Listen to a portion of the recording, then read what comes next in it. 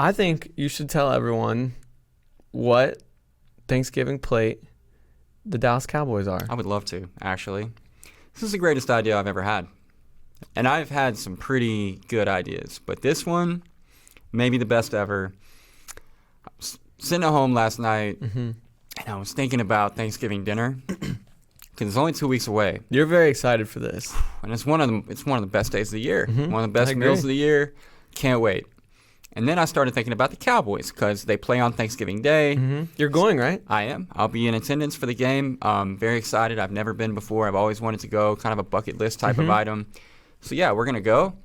And so I'm thinking about Thanksgiving dinner, and I'm thinking about the Cowboys, and then my brain put them together. And all of a sudden, I had this epiphany. If every Dallas Cowboy player was a Thanksgiving Day dinner dish, I love it, food item, what would they be? So I made a list. The only thing I can't decide is if I should start with the top, the most important, or at the bottom.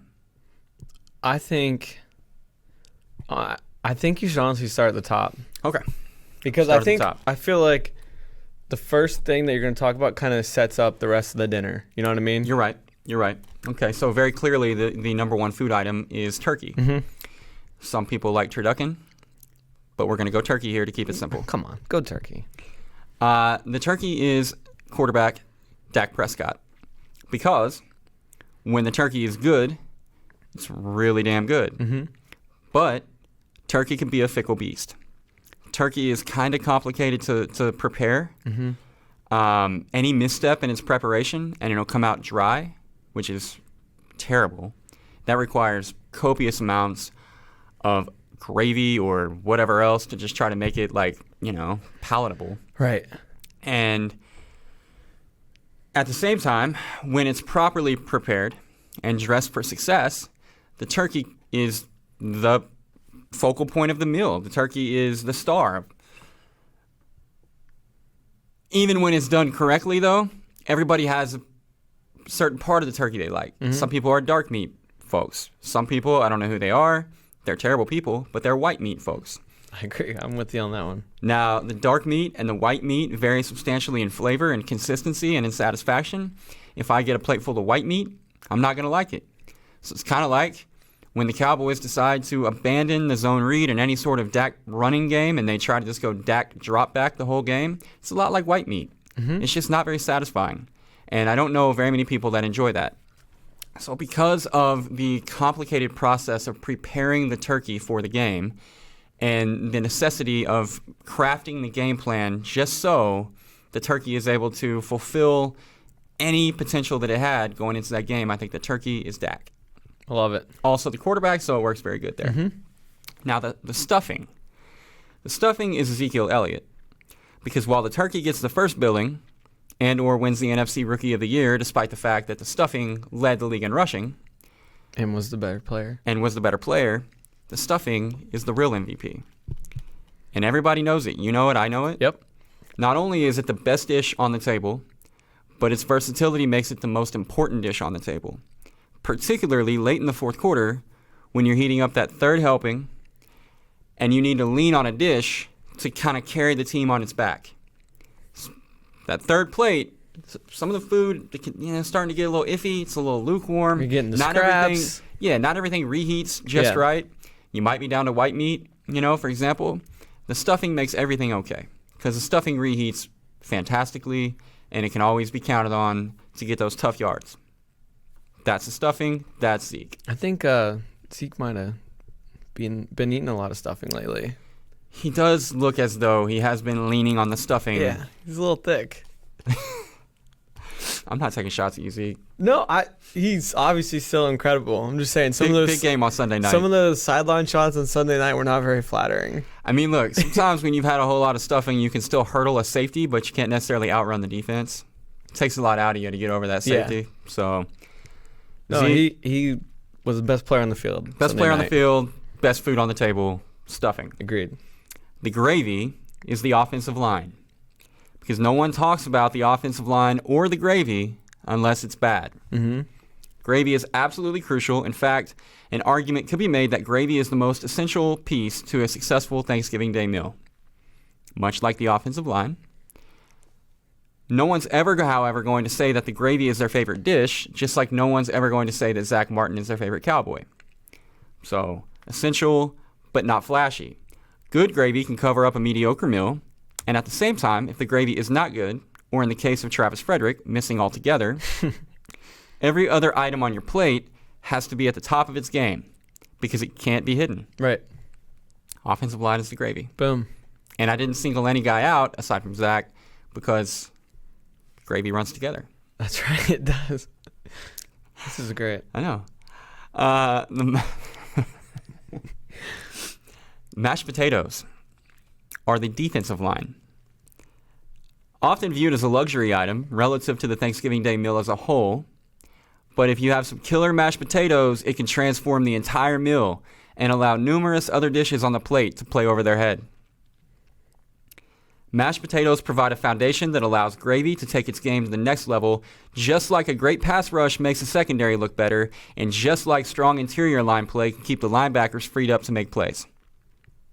Perfect. Shout out to mashed potatoes and love mashed potatoes. That vaunted Cowboys defensive line. Now you might say, are there no standouts on that defensive line? Are there no standouts among the potato family? Are there no standouts among the potato family? Well, in fact, Kyle Brackey, there are standouts on that defensive line and among the potato family, and those are called sweet potatoes. Okay. DeMarcus Lawrence is a sweet potato. At first glance, you might group a sweet potato in with the other potatoes because, well, you know, they're all potatoes. Mm-hmm. And you'd be right, sort of, but you'd also be very wrong because whether it's baked, fried, or turned into a casserole, the sweet potato is an absolute game changer. The sweet potato creates magic where the regular potato would not. The sweet potato, like DeMarcus Lawrence, is the piece you didn't realize you couldn't live without until it's right there on your plate just dominating dinner. Okay. DeMarcus Lawrence is a sweet potato. Green bean casserole is Byron Jones. The tape doesn't lie. The green bean casserole has been making plays at its position for years. Even still, it initially seems like the riskier play because it'd be a whole lot easier to simply toss the green beans in a pot and check the vegetable box. What are the veggies? We got green beans. Okay, cool. Now we can focus on the turkey and the stuffing and everything else. Veggies are just kind of a thing that you toss in there. Can easily be overlooked. Absolutely. And, you know, even an average green bean translates pretty well as a standard Thanksgiving Day vegetable, just like a first-round cornerback translates just fine as, say, I don't know, a plug-and-play safety. Mm-hmm. But if you'll just let the green bean casserole be a damn green bean casserole, then instead of just being a guy, it can be the guy, which is what happened with Byron when they put him at cornerback, which is what he was drafted to play, and now he's arguably the best cornerback in the NFL. Byron, green bean casserole.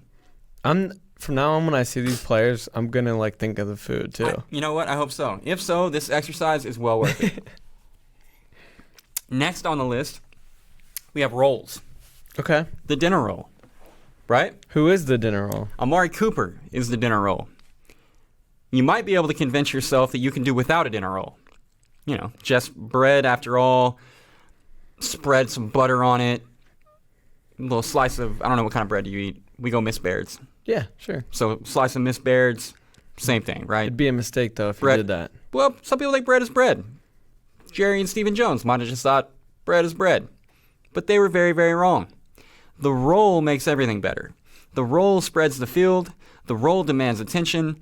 The roll transforms ho-hum leftovers into a premier meal that an argument can be made is actually better the second, third, and fourth time around when you make a little Thanksgiving sandwich, you know, the turkey, whatever, and then the roll on the top of it. That is oftentimes better than the actual Thanksgiving Day meal was the very first time. So, Amari Cooper I love it. is a dinner roll. Cole Beasley is the corn. On its own, corn is a below-average dish. Nobody's checking their plate to try to find the corn. Mm-hmm. Nobody cares. But corn is actually an excellent complementary piece that can make the whole meal better. It goes great with turkey, Dak's safety blanket, but plays an entirely different role than the roll. Oh, I see what you did that was there. a good one, right? Yeah. Cole Beasley is the corn. Macaroni and cheese, mac and cheese, is Jalen Smith, and Leighton Vander Esch. Okay. Apart, both macaroni noodles and cheese are great. But together, those two ingredients become one of the best, most exciting linebacker duos in the National Thanksgiving League. I see what you did there. 2 things left. Okay. The first of which is cranberry sauce. Mm. Cranberry sauce is just whoever's lining up at tight end for the Cowboys. It's a revolving door. You know for a fact that it's going to be the worst thing on your plate. You know it because it's that way every year. Nonetheless, you spend the week talking yourself into it. I got to have it. It's part of the meal. Adds color to the plate. Whatever the reason that you feel like you have to have the cranberry. And yet, on game day, you almost forget about it entirely. Eventually, you include it out of necessity. But when you do try it, you're reminded why you didn't really want it to begin with. Yeah, I usually skip the cranberry sauce. Yeah, well, I'm Cowboys be honest. have skipped Ever the tight since end position Jason since Jason retired. Yeah. Which booth. hasn't worked out well for either party. Maybe he should retire at that. So. And last, but not least, the pie, which initially it was dessert, but then I was like, what desserts are really like Thanksgiving staples? It's pretty much all pies. Yeah. The pie is Tavon Austin. I love this. Because whether it's pumpkin, pecan, or otherwise, without it, the Thanksgiving Day meal goes off without a hitch. You could have the whole meal, go back for your seconds and your thirds, pass out on the couch, and you never really would miss the pie. Mm-hmm. But when you get the pie, when someone, especially if it's a homemade pie, for those fleeting moments while you're enjoying that pie, you think to yourself, wow, this is incredible. I love pie. We should have pie more often. We should have pie every day. But you won't. No. Pie is very elusive. It's hard to keep in the starting lineup. It's hard to keep healthy. And it's hard to get the ball to for whatever reason. This has been the one year Pie has struggled to stay on the field. Yeah, but even on the field, the pie has not always produced at the level that you would expect. Apparently, more is not always better. Yeah. Or maybe it is. We should just eat pie all the time. I don't know. And that, ladies and gentlemen, concludes our Dallas Cowboys as Thanksgiving Day dinner dishes.